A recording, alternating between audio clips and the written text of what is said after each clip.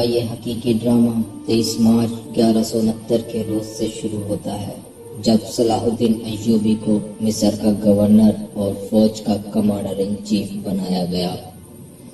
اسے اتنا بڑا رتبہ ایک تو اس لیے دیا گیا کہ وہ حکمران خاندان کا نونہال تھا، اور ایک اس لیے بھی کہ وہ کم عمری میں ہی بہترین تلوار بازی کی صلاحیت رکھتا تھا۔ سپاہ گیری ورثے میں پائی تھی۔ اس کے ذہن میں حکمرانی کے معنی بادشاہت نہیں بلکہ اسلام کی پاسبانی اور قوم کی عظمت اور فلاح و بہبود تھی۔ جب شعور بیدار ہوا تو پہلی خواہش یہ محسوس کی کہ مسلمان حکمرانوں میں نہ صرف اتحاد بلکہ وہ ایک دوسرے کی مدد کرنے سے بھی گریزاں ہے۔ وہ عیاش ہو گئے تھے۔ عورتیں اور شراب نے جہاں ان کی زندگی رنگین بنا رکھی تھی، وہاں عالم اسلام اور خدا کے اس عظیم مذہب کا مستقبل بھی تاریک ہو رہا تھا۔ اس کا نتیجہ یہ تھا کہ صلیبی مسلمانوں کی سلطنتوں کے ٹکڑے ہڑپ کرتے چلے جا رہے تھے، اور بعض مسلمان حکمران شاہ فرینک کو سالانہ ٹیکس یا جزیہ ادا کر رہے تھے، جس کی حیثیت گنڈا ٹیکس کی سی تھی۔ مسلمان حکمران اپنی رعایا کا خون چوس کر ٹیکس دیتے رہتے تھے۔ ان کا مقصد یہ تھا کہ ان کی عیش و عشرت میں کوئی فرق نہ آئے۔ صلاح الدین ایوبی نے مدرسہ نظام الملک میں تعلیم حاصل کی۔ اسی عمر میں اس نے سپاہ گیری کی تربیت اپنے بزرگوں سے لی۔ نور الدین زنگی نے اسے جنگی چالیں سکھائی، ملک کے انتظامات کے سبق دیے اور ڈپلومیسی میں مہارت دی۔ اس تعلیم و تربیت نے اس کے اندر وہ جذبہ پیدا کر دیا جس نے آگے چل کر اسے صلیبیوں کے لیے بجلی بنا دیا۔ اس کی تلوار کا وار تو گہرا ہوتا ہی تھا، اس کی محبت کا وار اس سے کہیں زیادہ وار کرتا تھا۔ اس کے لیے تحمل اور بردباری کی ضرورت ہوتی ہے، جو اس نے کم عمری میں ہی اپنے آپ پیدا کر لی تھی۔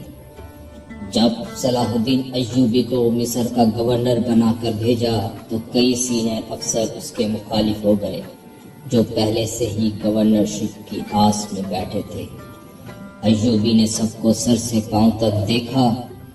اس کے ہونٹوں پر مسکراہٹ اور زبان پر پیار و محبت کی چاشنی تھی۔ استقبال کے وقت جب ایوبی ناجی سے ملا تو اس کے چہرے پر تبدیلی سی آ گئی۔ وہ ناجی سے ہاتھ ملانا چاہتا تھا، لیکن ناجی اس کے باپ کی عمر کا تھا۔ درباری خوشامدیوں کی طرح جھک گیا، پھر ایوبی سے بغل گیر ہو گیا۔ اس نے ایوبی کی پیشانی چوم کر کہا، میرے خون کا آخری قطرہ بھی آپ کی جان کی حفاظت کے لیے بنے گا۔ تم میرے پاس زنگی اور شرکو کی امانت ہو۔ صلاح الدین ایوبی نے ناجی کا ہاتھ چوم کر کہا، محترم، اپنے خون کا ایک ایک قطرہ سنبھال کر رکھیں، صلیبی سیاہ گھٹاؤں کی مانند چھا رہے ہیں۔ ناجی جواباً مسکرایا جیسے ایوبی نے کوئی لطیفہ سنایا ہو۔ ناجی مصر میں باڈی گارڈز کا کمانڈر تھا۔ اس کی نفری 50,000 تھی۔ ساری کی ساری نفری سوڈانی تھی۔ یہ فوج اس دور کے جدید ہتھیاروں سے مسلح تھی، اور یہ فوج ناجی کا ہتھیار بن گئی تھی، جس کے زور پر وہ بے تاج بادشاہ بنا بیٹھا تھا۔ اللہ نے اس کو سازشی دماغ عطا کیا ہوا تھا۔ ناجی مصر میں حکمرانوں اور دیگر سربراہوں کے لیے دہشت بنا ہوا تھا۔ اسے اس دور کا بادشاہ ساز بھی کہا جاتا ہے۔ صلاح الدین ایوبی کی مصر آمد پر پہلے پھولوں کی پتیاں بکھیرنا شروع کر دی، اور اس کے بعد ڈف کی تال پر لڑکیوں نے نغمے گانا شروع کر دیے۔ ایوبی نے پھولوں کی پتیاں دیکھ کر قدم پیچھے کر لیا۔ ناجی اور اس کا نائب دائیں بائیں تھے۔ وہ دونوں جھکے اور اسے آگے چلنے کی دعوت دی۔